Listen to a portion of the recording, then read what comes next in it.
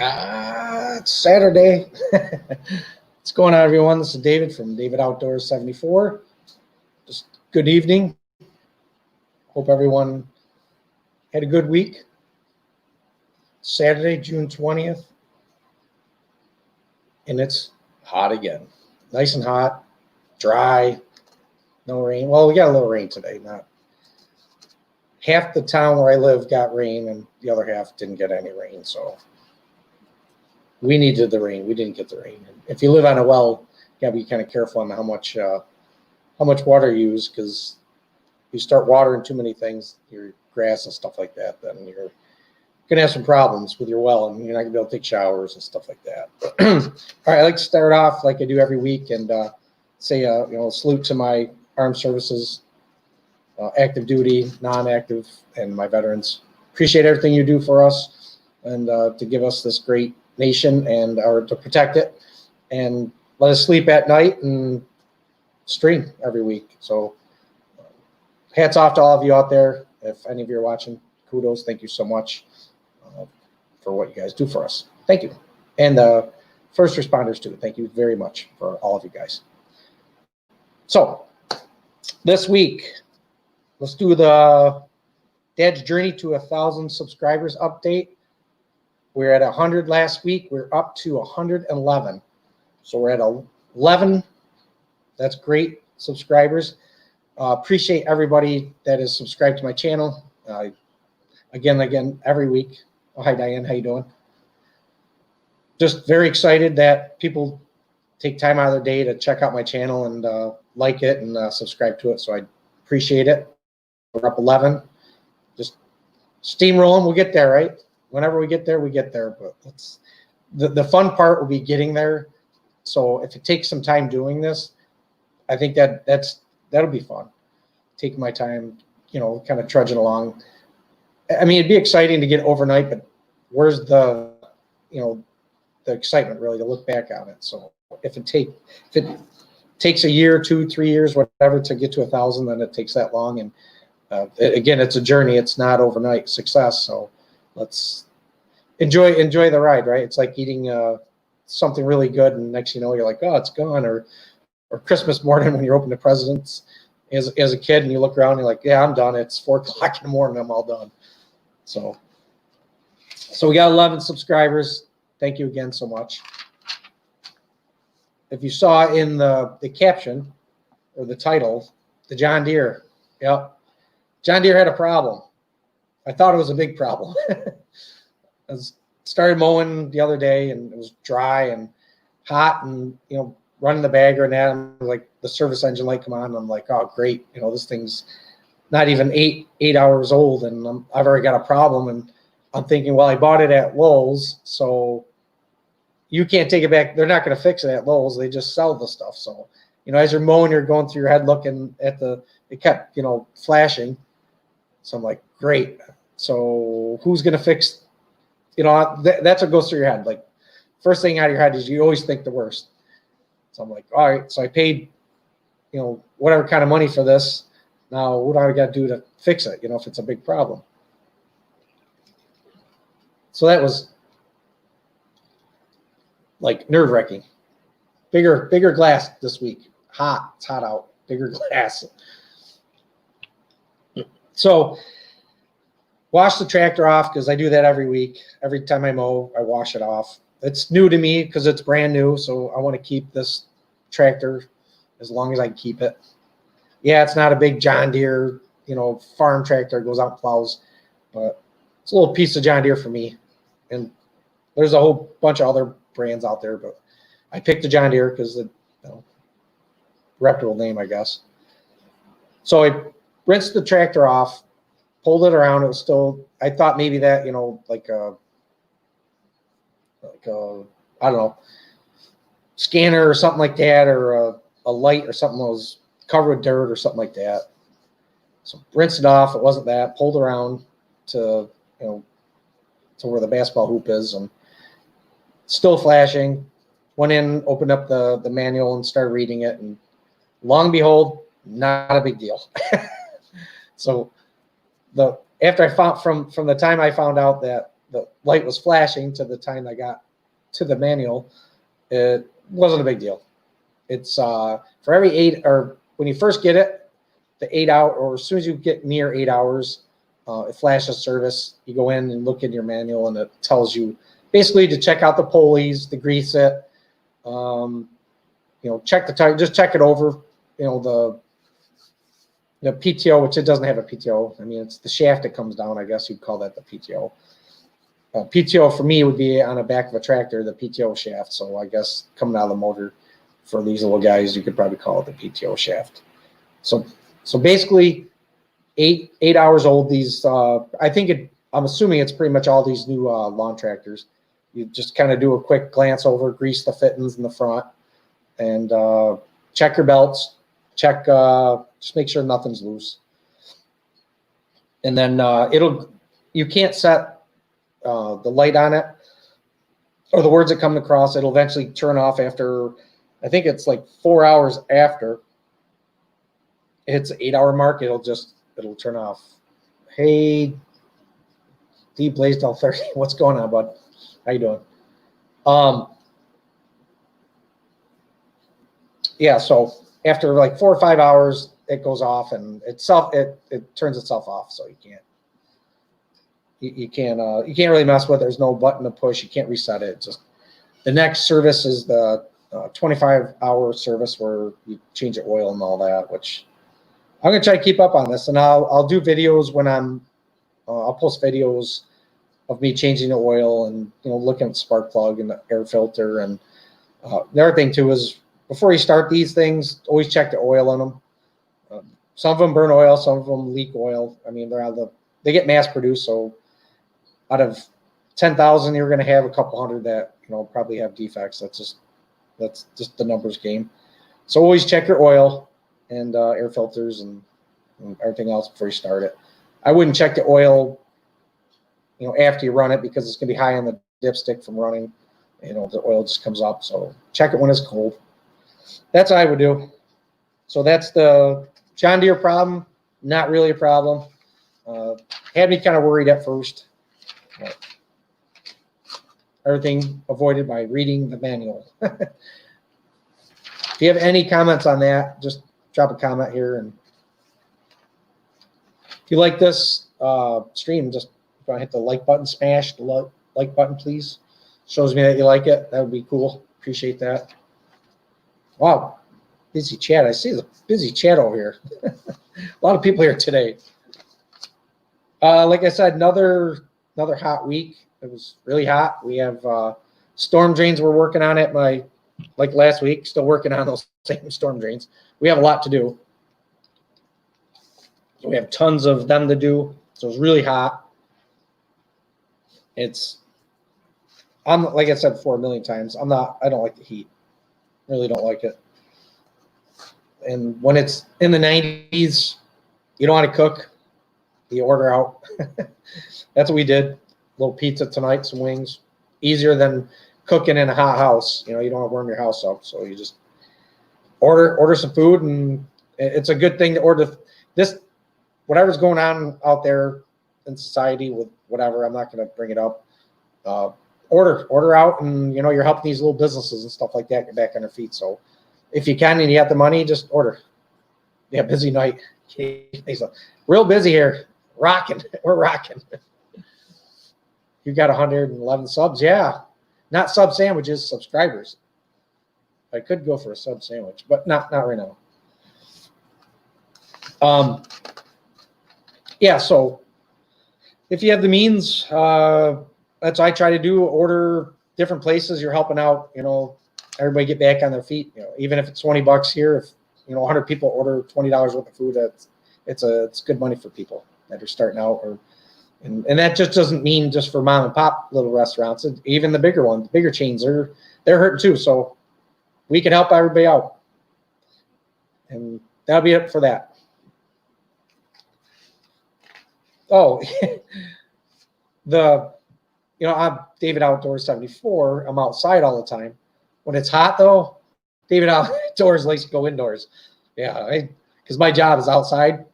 And I'm outside at home. And when it's hot, I go inside. I'll lay in the air condition, for a few hours, but I'm up early in the morning and before it gets super hot. How is the garden growing? The garden's growing really good, Diane. The corn is taking off.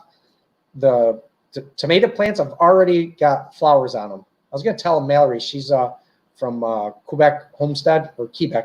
She's I watched one of her videos. She's just planting, it looks like, some of her tomato plants, and mine are already flowering. So that shows you the different zones of where people are. That's kind of neat seeing all that.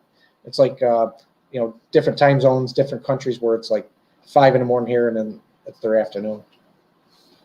Simplicity, right? So the garden, yes.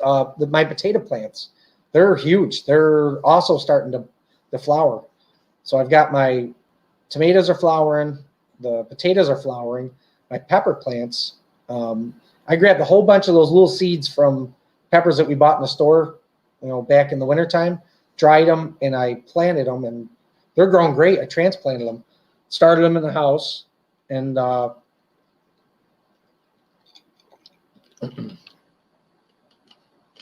my dukes are not doing well, but your cukes. I'm assuming your cucumbers, right, Diane? I'm assuming. Cukes, yes, cucumbers. I had my cucumbers got attacked by bunnies. They trimmed a little bit. I'm believing they're going to grow because I still have leaves on the other part of the plant. And now that I have the fence around and electric netting, there is no more bunnies. So the bunnies are staying out, which is good. Yes, cukes. Yeah. That's the thing with cucumbers. You plant one seed, you get 1,000 cucumbers. So you gotta be careful. I've learned that lesson before. I'm like, I'll plant a ton of these. You plant them like 2 or 3 inches from each other. Oh my God, you'll have cucumbers everywhere. And they'll grow until wintertime. They get big too. If you don't pick them, they'll get big. A lot of times I'll pick some of the flowers off when they're growing, and it'll put the power to another part of the cucumber plant. My solar panels are rocking this week with the sun. That sun is like magnified times 10. It just feels like it's cooking your brain when you're out there. And my solar panels are definitely letting me know it. I've got the Harbor Freight and the 100 watt panel, and they're just cranking. They're 14.7 volts each, and it cuts off at about 14.7 both sets. And I'm using electricity or the energy just to so my batteries keep cycling. Got a fan for the garage because it gets hot in the garage. I run that all the time. I run that, my radio off the solar panels, and I use a kilowatt meter, and it tells me how many watts I'm pulling from the fan there, and it's like 50 watts and like not even an amp. And if you turn it down on low, you're like drawing nothing, so it'll last forever. So this is a great time of year for solars. Going through my cards here. Let's see what we got here. Next week, I don't know if I'll be on next week. We got some stuff going on, so I do not know if I'll be do my updates next week. So you might miss me. This huge crowd to the right here. I do appreciate all of you guys coming on tonight. Thank you so much. I'm just looking up some stuff here. Oh, so we're going to camp. And I've had people ask me, oh, your channel is David Outdoors, and we don't see like hiking stuff. Well, I'm outside, and you'll see some outside because we're going to be doing a lot of canoeing, a lot of fishing. So I'm going to do as much videoing as I can for that, and I'll be editing some videos and getting them up, and they'll be hopefully the fish this big. Let's see, we're right there. Fish got away. It'll be like this, really like this, but really like that. Me and my son, we went to Bass Pro the other day. They just opened from what was going on, and their shelves were like empty. They said that a lot of people in there and just they're trying to restock. They've had like a great run of sales, so they're, you know, it's good to see something like that they're open. And but if you want to go buy something, nothing's there because it's all sold out. But yeah, the guy said that he's trying to keep up with the pace and stuff. And I went to buy just a little tackle box and some lures, and it was hard to find even in Bass Pro. Bought 2 new fishing poles, actually 3 new fishing poles. It's a great place, Bass Pro. They got great prices.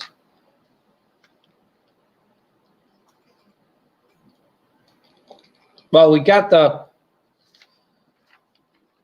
fish poles I bought the other day, the small ones. We went trout fishing. Me and my son went, just kind of trying it out before we go up to camp. This is just a little brook trout that we're fishing for.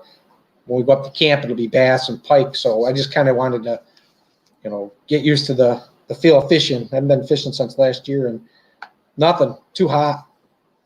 And you could see the little brookies in the water, but they were not biting on nothing. Try the eggs and stuff like that. They didn't want to bite on nothing. I was really surprised on that. You'd see them and they're darting back and forth. You throw out your lure there, and they'd nibble, and that'd be about it. Nothing much.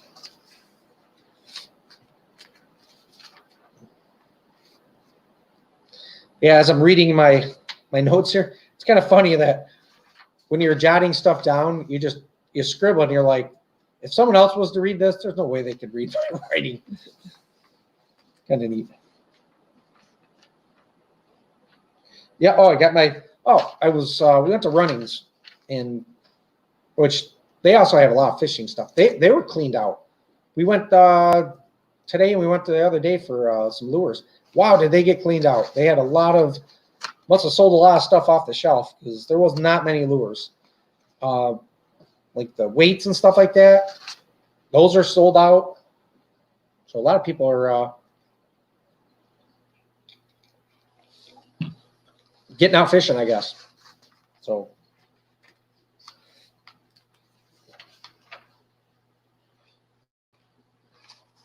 all right, on to, as you know, I like alternative energy, which I talked about my solar, but biogas, which is methane. A lot of people, it's strange. A lot of people are like, what's biogas? They call it biogas. They call it methane. And biogas produces methane. It's burnable gas that's made in your yard. If you haven't seen my other streams or videos on methane or biogas, that's something I really like. That's up there in my hobbies there. I like to take food scraps, throw it in a thing, and then generate electricity from it. To me, that's pretty cool. It doesn't cost nothing.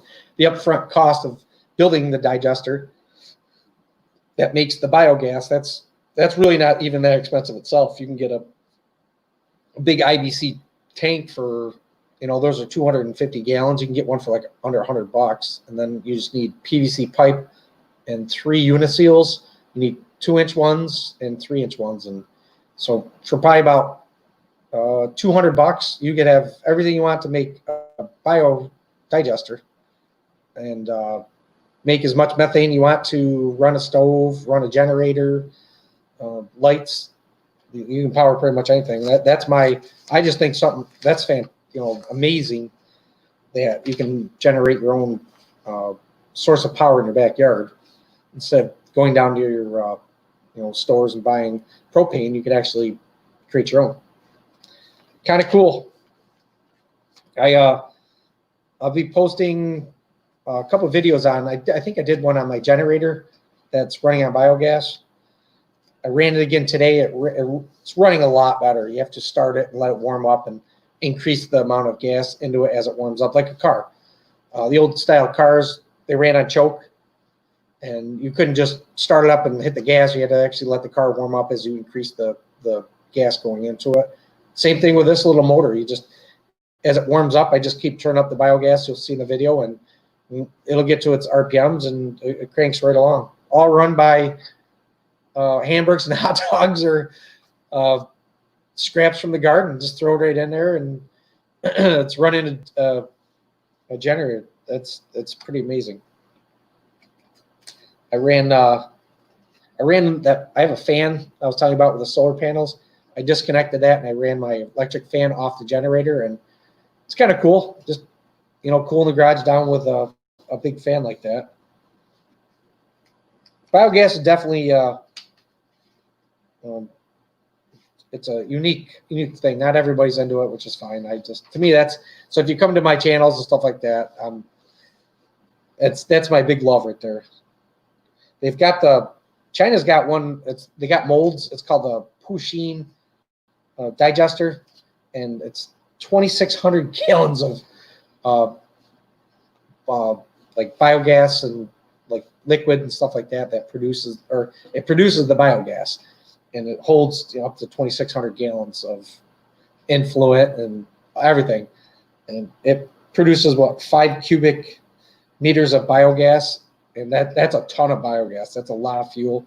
You could run a stove for 10 hours, or you can run a generator for 4 to 5 hours on food scraps. So you basically build something like this, go to local restaurants, put their foods, they wouldn't have to pay for garbage. You haul it away, put it in your digester, and you can, cook on it. You could run a generator and power your house if you want to. So that's cool stuff about it. Like the bigger digester plants. So I'm always on YouTube looking this stuff up because I find it very interesting. They run their motors with the biogas created on their. Most of them are by farms, and they use that gas. They use the heat from the motor. Use the gas to run the motor. The heat from the motor to heat the domestic hot water, and then they use gas and electric, and they put it back to the grid, so they could sell it and make a lot of money off of cow poo. Excuse me, cow poo or chicken manure or pig manure. Or restaurants and all those other places go and they pay like a small tipping fee and dump it in the digester, and everybody wants to know, like, biogas and methane contains like 50 to 70% methane. The rest of it's 30 to 40% carbon dioxide, and then there's hydrogen sulfide. That stuff you gotta kind of like cleaning the biogas. That way when you use it, it doesn't smell like rotten eggs. But the funny thing is, I think it's natural gas or propane, they put that smell into it so you can tell if there's a leak or not. So I'm about to sum it up. My yeah. All right, so next week, I don't know if I'll be on. I won't know if I'll be streaming everyone. All my people to my right or left chat. Thank you so much for coming to my chat. We're up 11 subscribers this week. Thanks again to our service people out there. Appreciate everything you do for us, active and non-active, and our first responders. Thank you so much for keeping us safe at night. And this is David from David Outdoors. We'll see you soon. I don't know if it'll be this next week or the following week. See you later.